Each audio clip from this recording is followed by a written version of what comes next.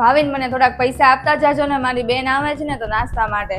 મારી પાસે વધારાના કઈ પૈસા નથી પડ્યા કે હું કોઈ પણ આવે ઘરમાં ને ફાલતુના ખર્ચા કર્યા કરું. ઘરમાં જે કઈ પડ્યું છે ને એ આપી દેજો. ભાવિન પ્લીઝ. અરે અલે 1000 રૂપિયા.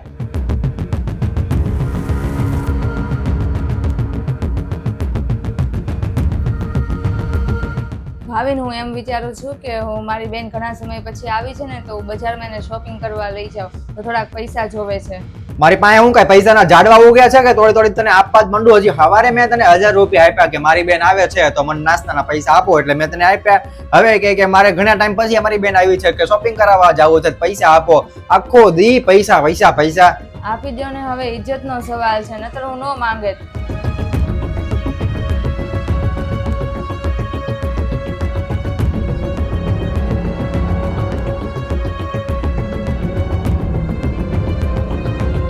જો તારા જીજુએ કેટલા બધા પૈસા આપ્યા છે શોપિંગ કરવા માટે. એને કીધું છે કે તારી બેન આવી છે ને તમારે જેટલી શોપિંગ કરવી હોય ને એટલી કરજે. તું કેટલી નસીબવાળી છો કે જીજાજી તને કેટલો પ્રેમ કરે છે. હા, પ્રેમ તો મને બહુ કરે છે ને આવો હસબન્ડ તમે દીવો લઈને ગોતવા જાઓ ને તોય ન મળે. અને તને ખબર છે દર રવિવારે મૂવી જોવા લઈ જાય છે અને જ્યારે એ ઓફિસેથી રાત્રે આવે ને ત્યારે રોજ આઈસ્ક્રીમ ખાવાય લઈ જાય છે. અને મને જ્યારે તે મોમોઝ ખાવાનું મન થાય ને તો મોમોઝ ખાવાય લઈ જાય ને પાણીપુરી ખાવાનું મન થાય ને તો પાણીપુરી ખાવા લઈ જાય. અને એ બધું તો ઠીક છે પણ મને ઘરના કામમાં મદદ કરાવે છે એટલે મને હું એકલી હોય એવું મને લાગતું જ નથી. આવા હસબન્ડ ભગવાન બધાને આપે. અને સારું ચાલ કેબ આવી ગઈ છે, આપણે જઈએ. મનીષા તારા બેનની સામે આટલા બધા વખાણ કેમ કર્યા મારા? કઈ મને સમજાણું નહીં.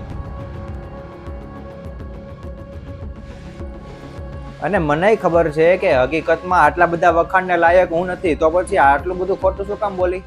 કેમ કે હું તમને પ્રેમ કરું છું એટલા માટે.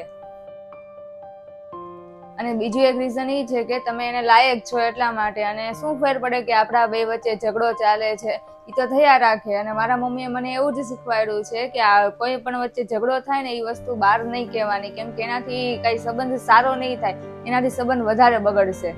Thank you Manisha. અને લોકો તો ઘણા કહેતા જ હોય છે કે જો લગ્ન પછી પરિવારમાં જ્યારે ઘર ચાલે સુખ શાંતિથી તો એના પાછળનું કારણ પણ એક સ્ત્રીનું જ હોય છે, અને ઘર તૂટે ને તો એના પાછળનું કારણ પણ એક સ્ત્રીનું જ હોય છે. અને મને તો આજે ખબર પડી કે આપણું ઘર જે સરખી રીતે ચાલે છે, આપણો સંબંધ સરખી રીતે ચાલે છે અને લાંબા સમય સુધી ચાલશે પણ, એ પણ મને વિશ્વાસ આવી ગયો છે કેમ કે એનું પાછળનું કારણ તું જ છે. અને આના પરથી હું એમ પણ સમજી ગયો છું અને એમ પણ શીખી ગયો છું કે એક સ્ત્રી પોતાના ઘરને બગાડી પણ શકે છે, તોડી પણ શકે છે અને સંભાળી પણ શકે છે.